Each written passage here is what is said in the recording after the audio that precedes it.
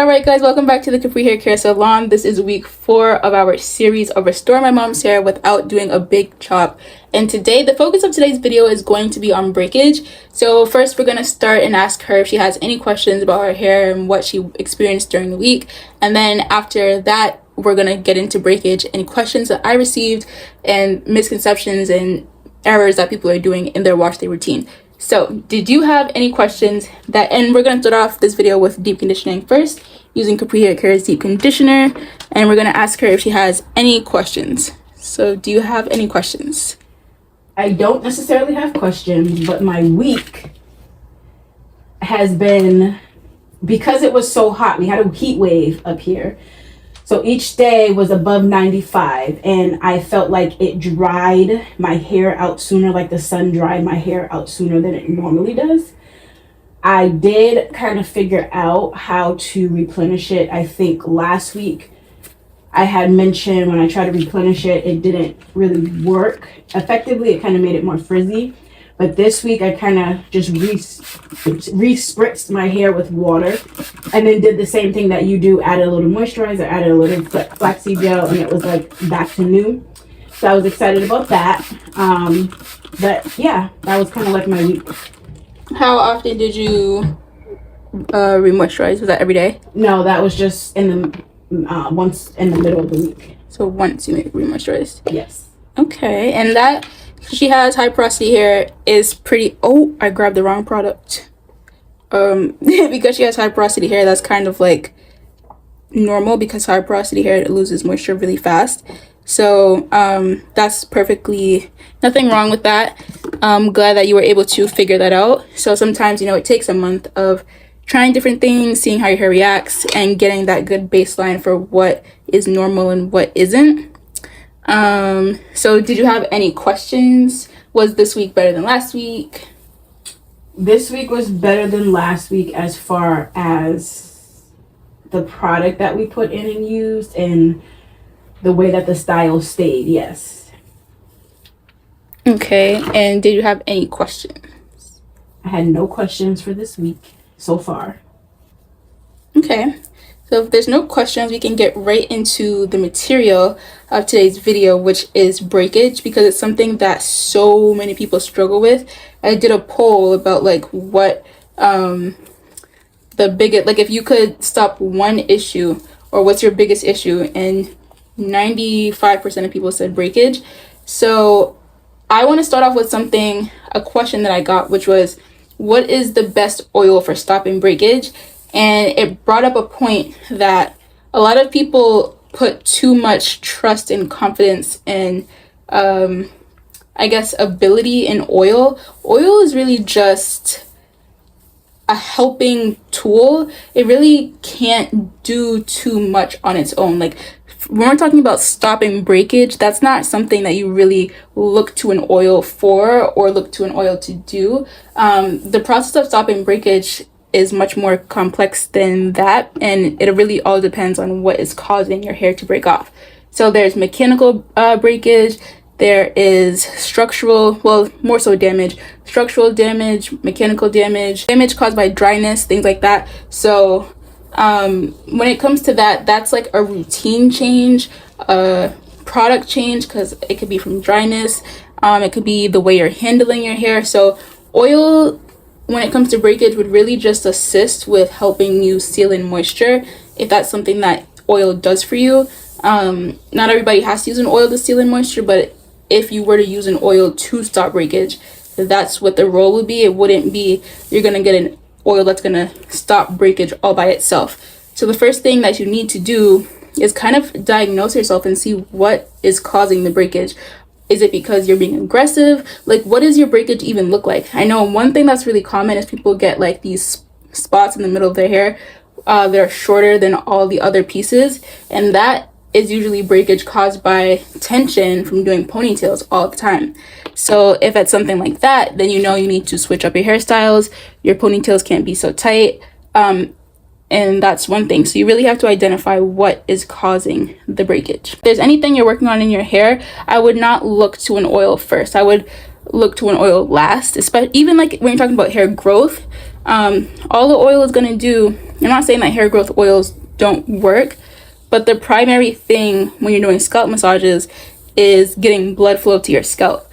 And massaging your scalp with an oil does have certain benefits depending on what oil you're using, but it's really just a helping tool when massaging and getting that blood flow to your scalp. So don't put your trust and hope in oils. I know oils were really, really popular at one point, but we have to get to the bigger picture and focus on other things in our routine. So another question that I got was a mom. She said that she was using Blue Magic in her daughter's hair, and she didn't know why, and her daughter's hair was breaking off really badly, and I think she had some scalp issues as well, and she was putting that Blue Magic on her scalp, which is not good. Blue Magic is a staple product in the Black community, and it's a sealant. So you don't want to put that on someone's scalp if they're having scalp issues and their scalp is inflamed, because it's going to clog their pores and cause flare-ups. So her routine was only using water and then Blue Magic, and her daughter's hair was dry and breaking off. And the problem with that is that Blue Magic is not a moisturizer, which when you're using Blue Magic, you want to pair it with water, a leave-in conditioner, and then you put the Blue Magic on top of the leave-in conditioner as like your final step. You don't want to use it by itself. And what that will do is help seal in the leave-in conditioner and help that moisture last longer, and that should help stop breakage. If your daughter's hair type will allow, or your hair type, if you have if this is something you're doing on yourself as well, if your daughter's hair type will allow for all that product, that's really how you want to use the Blue Magic. You don't want to just be putting it on her hair by itself and then like moving on, especially on her scalp. So yeah, I would say that's something to work on as well, or to keep in mind. Okay, so the next point I want to talk about is kind of back to that breakage caused by hairstyles. So I don't know, maybe you can actually chime in with this as well, because you used to wear tight ponytails. Like, did it ever cross your mind to not put the ponytail so tight? No, it did not. Like, I'm confused how we got here. Like, because when I do ponytails, I only will wrap it around my hair twice, and I make sure I use satin hair ties so that it's not causing so much damage. I think within the last few years, yes, but prior to the last few years, no, it never, because I had full, vibrant, long hair, and so I don't think it ever occurred to me like this would damage that or break it off. I don't know. I kind of feel like maybe because there's a lot of trauma around a lot of things that are occurring in the Black community. So I feel like the desire to have like your ponytail be like so tight and so like slick back is like rooted in anti-Blackness and kind of like wanting to make your hair be a certain way to like if you have a corporate job and you kind of want to blend into that environment. I don't know, that's how that kind of feels to me, because I'm like, who told you guys you had to put your ponytail so tight? So that's kind of what it feels like. And then in addition to, if you are doing tight ponytails like that while your hair is wet, it's like in the morning you're spraying water on your hair, you're spraying gel on your hair, as your hair dries throughout the day, it's going to expand. That's why, when your hair is wet, it doesn't look as thick or as full as it does when it dries, because it's expanding as it dries. It's going to try to expand, but it's not going to be able to while the hair tie is around it. And so that is going to cause breakage as well around your hair, that's visible. Like if you blow dry or straighten your hair due to that process of it drying and how tight the ponytail is. So you really, I would say step one, if you can't give up ponytails, is loosen the ponytail significantly, and then try to experiment. And it's not easy to find like a hairstyle that you love, but it does require experimentation, and it is worth it, because that will help you to stop finding like random pieces of hair that are so much shorter than the other parts of your hair. So that's something that I would really recommend everybody to experiment with.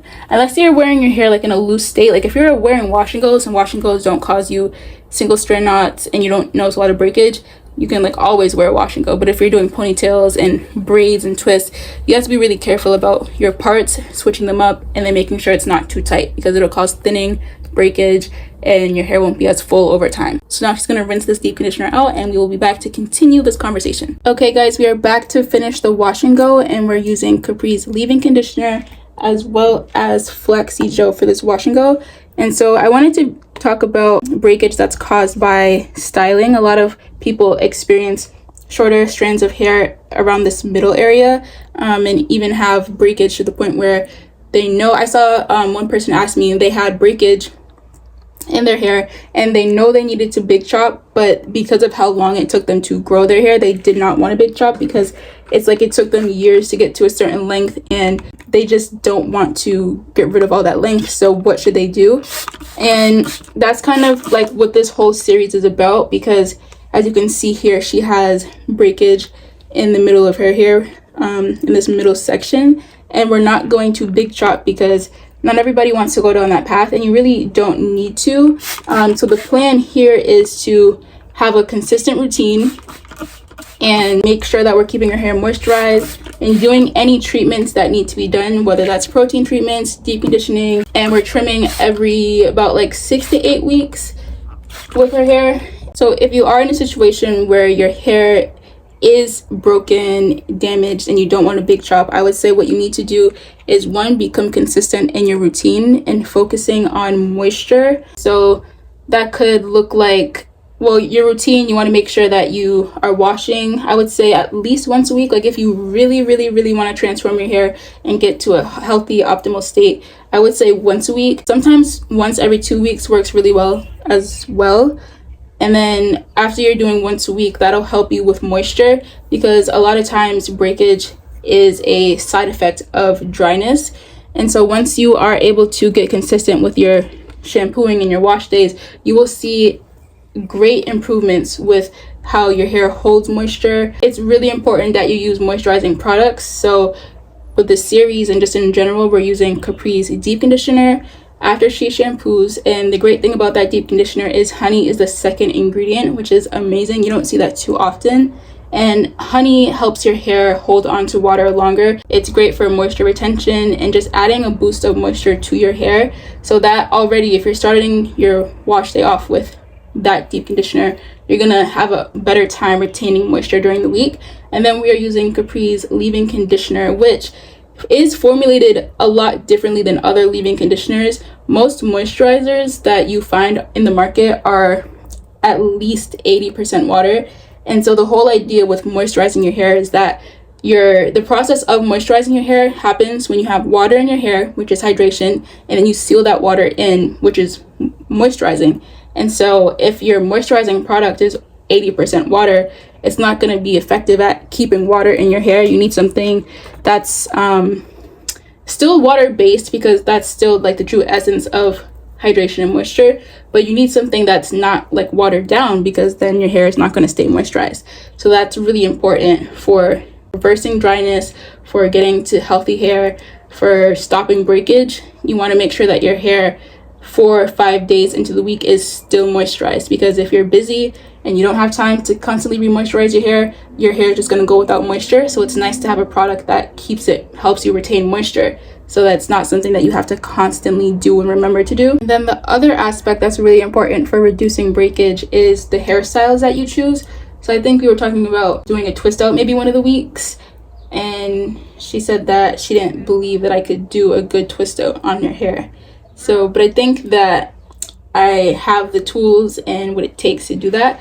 So the hairstyle is going to be different for everybody, because everybody's curl pattern is different. Some people, when they wear wash and goes, it causes a lot of single strand knots and just a lot of it's just really high maintenance, and it takes away from the purpose of stopping breakage and even retaining length. Whether you choose a twist out, wash and goes, if you're doing your hair in low buns, I would refrain from doing slick back buns, and if you do, I would make sure that it's not too tight. You want to make sure that you're not doing your twists and your parts in the same areas of your head, because that's going to cause you to have short pieces. Like, you know, if you're like doing your hair and you see small little short pieces and you're like, why is this piece so short compared to all the other pieces? That's usually due to how you're wearing your hair. And most people don't really give their hairstyles too much thought. They just throw their hair in a ponytail and go, or do the same exact hairstyles and go. That's exactly what happened to me. So now I'm alternating between different hairstyles and trying to switch up my parts a little bit. It is challenging to figure that out, because once you find something that you like, it's like, oh my gosh, I want to stick with this. But that's what's going to cause tension in areas repeatedly, and you're going to have shorter pieces of hair, which is breakage. So it's really important that you identify different hairstyles that you can work with. Unless, like, if you're wearing your hair like this is pretty much ideal, like wearing your hair loose. But I know that for a lot of people it's like a mental battle, and my advice for that is you just have to do it. And once you do it, you realize it's not so scary. You might even get some compliments, and it might give you that confidence to keep on doing it. Once you do it, you realize like I feel like before you try it, you're thinking that everybody's looking at you, people are going to have so many thoughts, and a lot of the time it's just all in your head. So it's really just that exposure therapy of trying it, seeing it's not the end of the world, seeing that it actually might even look better than you thought. And even if it doesn't, you can experiment and keep tweaking until you get it right. But I think if you're following this method, keep in mind your curl pattern will look how your curl pattern looks, then you will be able to find success with your wash and go. I know you say we don't have to do the big chop, but if you don't do the big chop and there's certain areas that don't get chopped that are damaged, is that going to further damage those strands of hair? Is that going to further damage the hair if the split ends split up, or not necessarily? Yeah, if you have split ends and you don't cut them, your hair is going to continue to split all the way up the hair shaft. So that's why it's a good idea, like if you can cut maybe like, well, I was gonna say like a 1/4 inch, but it really depends on how split your ends are. But if you can cut like an inch off and that gets most of your split ends, that's like a great starting point, so that at the very least your hair is not continuing to split. But certain damage and certain breakage, yeah, I mean, it might not get any worse, especially if it's like caused from neglect or severe dryness and you're now taking better care of your hair. I would say that the biggest thing are those split ends. And I mean, some people do notice that taking care of their hair does improve it. Like your hair has been getting thicker since we started, which was a month ago. This is the 4-week, so it's now been a month, and your hair is definitely thicker. You said your scalp doesn't hurt as much as it did when we first started. There was like that pulling sensation on your scalp. So things can improve without doing a big chop. It's just that it takes time and you have to be consistent, which is probably like the hardest thing for people. So I would say you definitely do want to trim. I think even like you have the frizziness in this area, over time will get better. But yeah, those ends, nothing's going to repair those split ends except for cutting them. Things can temporarily mend them and make them look normal, but they'll still be split and they'll eventually open back up. You can very well live with damage. Like I have heat damage. A lot of people have heat damage and don't big chop. It's not like the end of the world, but you do eventually just want to cut little by little. Making sure that your hair is still growing. Like if it's taken your hair a really long time to grow, you really want to look at what the root cause of that is. Sometimes it's just you need to get more blood flow to your scalp. Sometimes it's the way you're eating. Sometimes it's stress. Sometimes your hair is growing just fine, but it's just breaking off because you're handling it poorly or it's dry. So there's different root causes as to why your hair is growing so slowly or you're not seeing that growth. It's one thing if your hair is actually growing slowly, and there are things you can do to fix that. And that's a different strategy than retaining more length, because retaining length is something that you can do topically, and getting your hair to grow a little bit faster is something that you do internally. And that's only if your hair is growing slower. So if your hair is not growing slower, then there's nothing you're going to be able to do to really speed that up. That's just not a natural thing. But if it is growing slower from like stress or your diet, then that's an internal process that happens. And then I also wanted to talk about the gel that we're using as well, because I used to use Ego Styler gel in my hair religiously, like every single wash day. And that's when my hair was breaking off the most. And a lot of gels, especially gels that are known for like really strong definition, have a lot of alcohols in them. They're drying, and not all alcohols are bad alcohols. Like it might not be a bad alcohol, that they're using that's like toxic, but it's definitely drying. So if you're using a lot of those drying alcohols in your hair, that's going to affect how much moisture you're retaining, and that directly affects how much breakage you're going to have, because now you're going to be struggling with the dryness.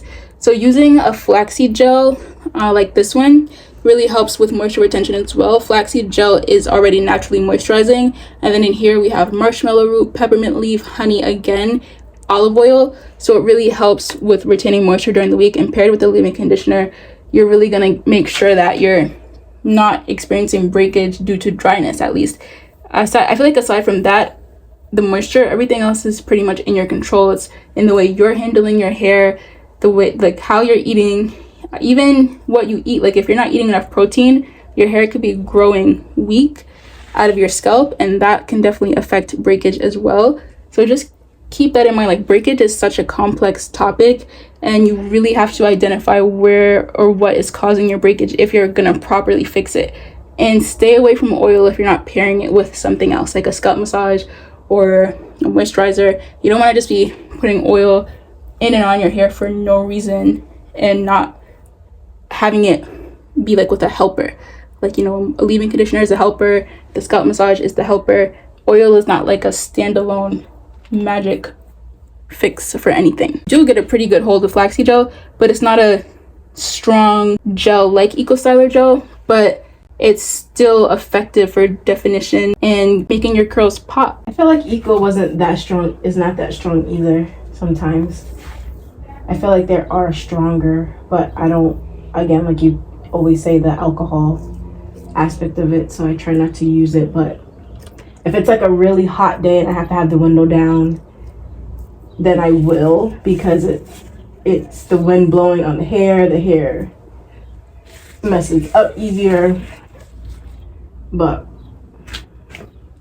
yeah, there's Eco Styler, there's like wetline gel. Those are all, even like mousses too, sometimes can have a lot of alcohol in it, or even if it's not alcohol, it's the, like in a mousse especially, gels have them too, it's that defining agent, and a lot of them just causes dryness, and that's definitely going to affect your hair during the week, especially if you're using it every single week. If you're using like once, maybe like once you're doing a wash and go and you really want strong definition, maybe like once a month, that's one thing. But to use it consistently as like your main gel is kind of problematic, especially if you know you have a problem with dryness. If you're using it, it's working for you, cool. But especially if you're using those products by yourself, because a lot of times what's being popular now is like a one product wash and go, and it's with a mousse or a gel. And a lot of times you can see like in the video the person's hair is dry, but it's become popular because it's like convenience. But it takes 10 extra seconds of life to add the gel to your hair with a leave-in conditioner. So I would just recommend you do that. So this is what her wash and go looks like. I usually have her sit under the hooded dryer for about 15 minutes after, and it looks exactly like this. It helps like set everything, except it just shrinks a little bit. So yeah guys, that's like the breakage crash course. I would say if you have any other questions, let me know in the comments, but really just make sure you're eating enough protein, your hair has enough moisture, your hairstyles are not too tight, and you're switching up your parts. If you're doing braids, twists, whatever, your ponytail does not need to be too tight. Wrap your scrunchie around twice, and that should help you significantly. If you're using any grease or oil, always pair it with a leave-in conditioner. Don't just use the grease by itself, because that is not enough of a moisturizer, and you should see great improvements. And like I said, let me know if you guys have any questions. The products are from caprihaircare.com, and I will see you guys in next week's video.